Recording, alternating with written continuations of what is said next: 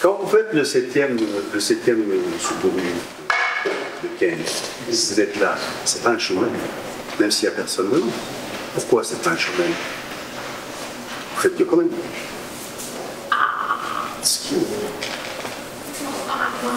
Pourquoi? Pourquoi on fait mieux quand même? Parce qu'il n'y a personne devant.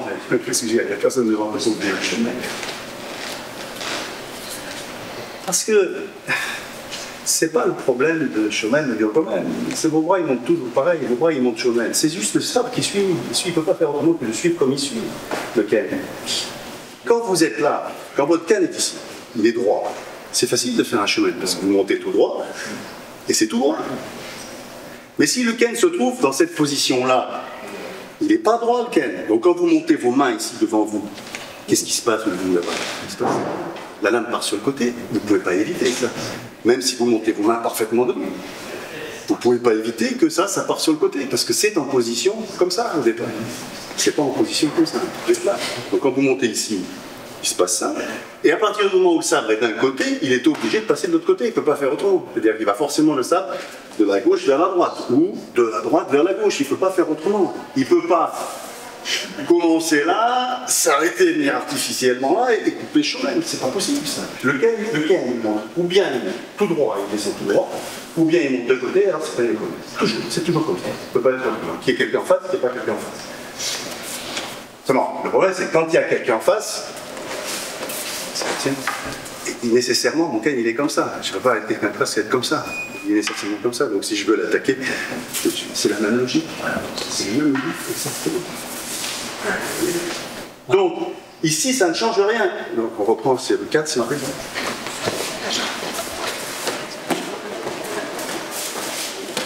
Ça ne change rien du tout ici.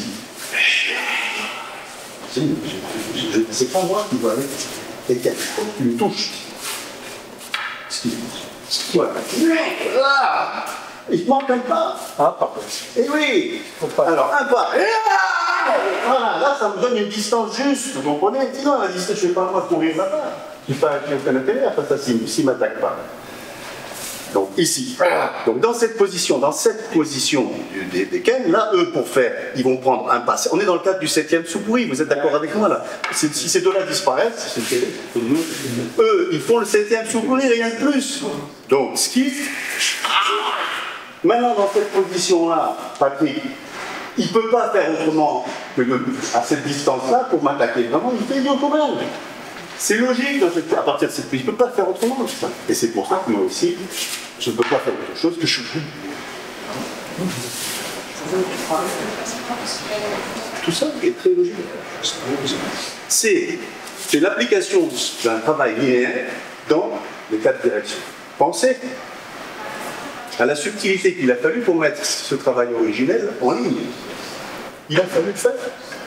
C'est ça la méthode.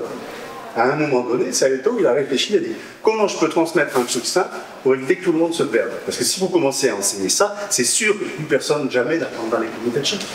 C'est certain, c'est trop compliqué ça. On peut faire ça que quand on est passé au préalable par le travail du communication. Vous comprenez? En ligne. Allez-y encore, s'il vous plaît.